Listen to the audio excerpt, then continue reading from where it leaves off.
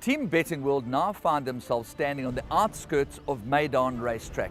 On the right is the training track that Michael de Kock has done much of his preparation for the 2013 Dubai World Cup, worth a staggering 27.25 million United States dollars. We're going to go down to his stables right now to find out how his horses have come through their preparations.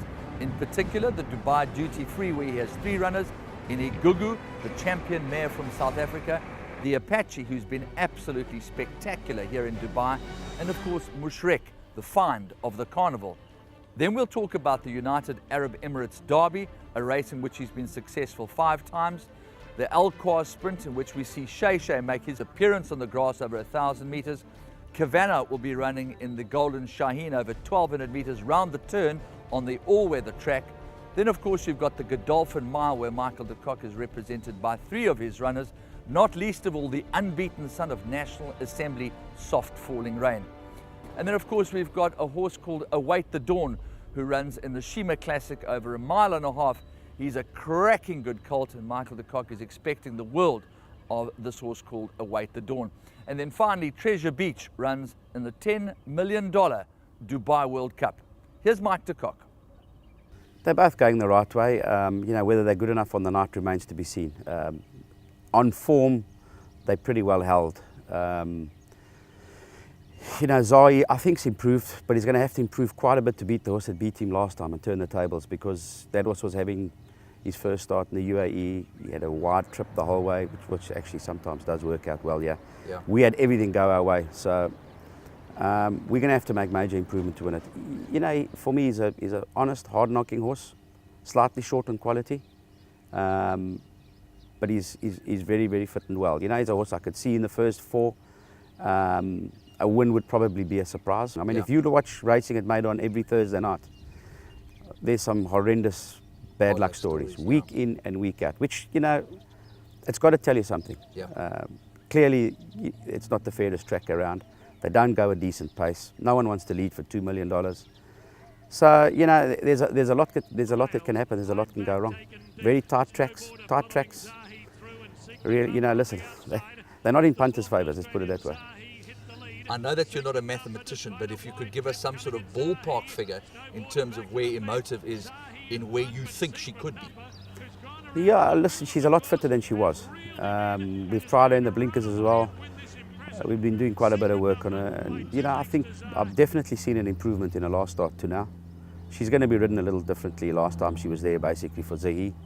She'll be running, on her own merits on Saturday.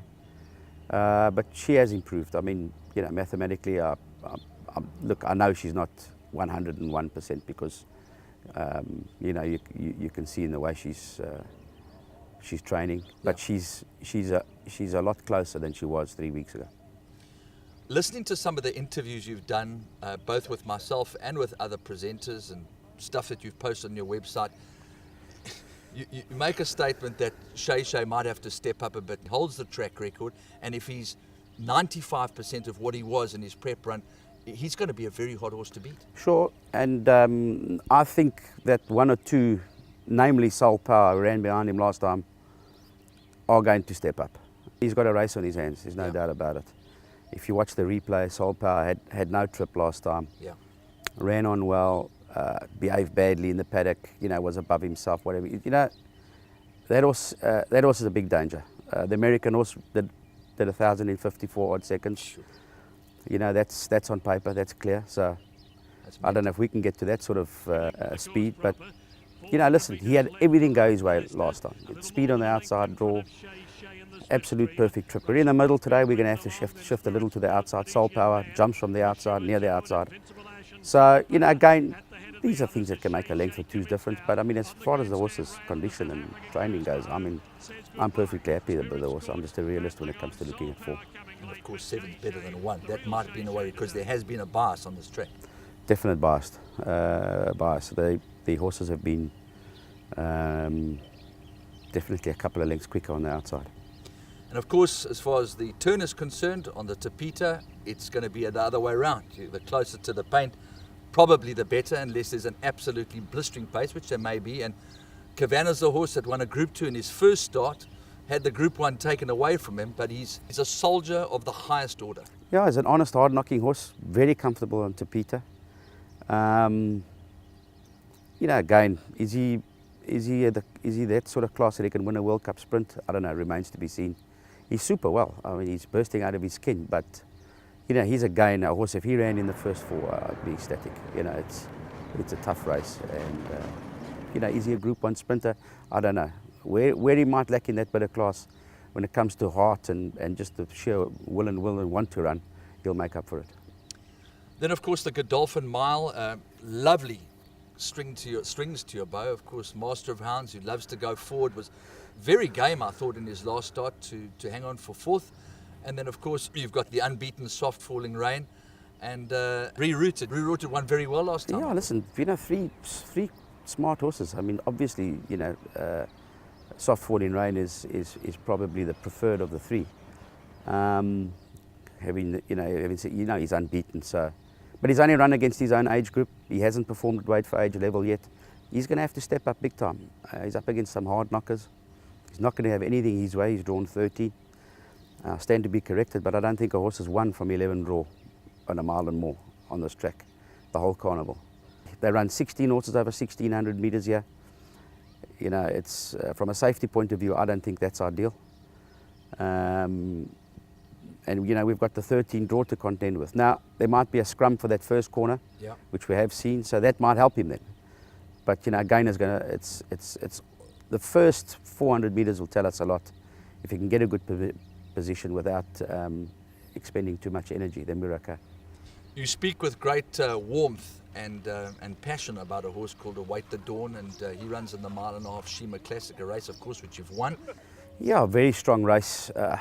You know, the Japanese filly, if she runs anywhere near her best form, I mean, I think we're probably all running for second. Yeah. He's an honest horse. He's got a lot of ability. He's overcome a lot to get where he is today. I'm still of the opinion it could be. I've always said if I dropped him into a mile, I'd fancy him. So I think it's, you know, it's fair to say he does stay. Of course he stays. Yeah. He's won over the trip. I wouldn't make it his best trip. I would say probably 10 furlongs is his best trip. Okay, and then of course on to the race that South Africa's won 3 times. You've won it twice, and this horse, there are 3 horses in the race that are they're so different, but they're so classy. The one's been a revelation in Mushrek. Igugu, self-explanatory. We'll talk about her form just now. And then, of course, the Apache, who's been just the model of consistency and is really a very good horse. Well, they're all 3 smart horses, you know. Mushrek's made unbelievable improvement. Ridden differently, he's been gelded, he's had time to mature, and he's a solid horse. The Apache's, I think, a classy horse and a gutsy horse as well. And Igugu has got tremendous availability, but you know, we've only seen 60% of her yet.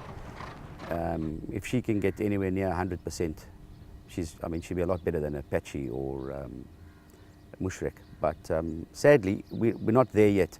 It's taking time. I mean, we've had a few hiccups on the road. These things happen. But I'm very confident that she's going in the right direction now. So I'm expecting a big improvement, but I know we haven't got 101% Igugu there yet. Yeah. But she's on her way. And then, of course, Treasure Beach, he's got form here in Dubai. Last year, I think he was 4th, is that correct? In the Shima. Shima, yeah.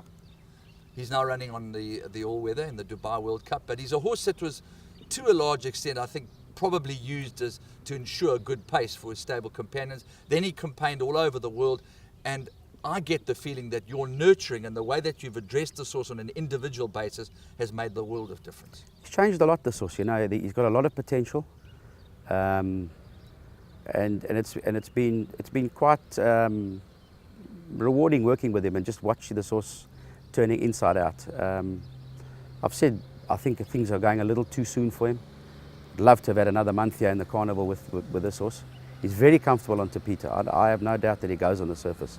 In fact, he probably works better on Tapita than he does on turf. I thought it was a super run last time from last. Jamie looked after him. He didn't get bashed around. We weren't over ambitious with the horse. Yeah. He came out of it happy, and that's the most important thing. Albeit a little bit behind in terms of preparation and fitness wise. He's had a good prep for what we've done with him. Very happy with the way he's handled things. He's really moving well. I like his mental state at the moment. But you know, again, I know we're slightly behind the 8 ball, but this horse has got a lot of class and he could run very well fresh. You know, to have 50% of your string being good enough to run on World Cup night, for me is a great achievement. You know, 13 runners, 13 winners through the carnival. You know, listen, I'm more than happy with it. You know, it's knowing what it's taken and the great team effort that's been put into it all. You know, I think we can be very proud of ourselves.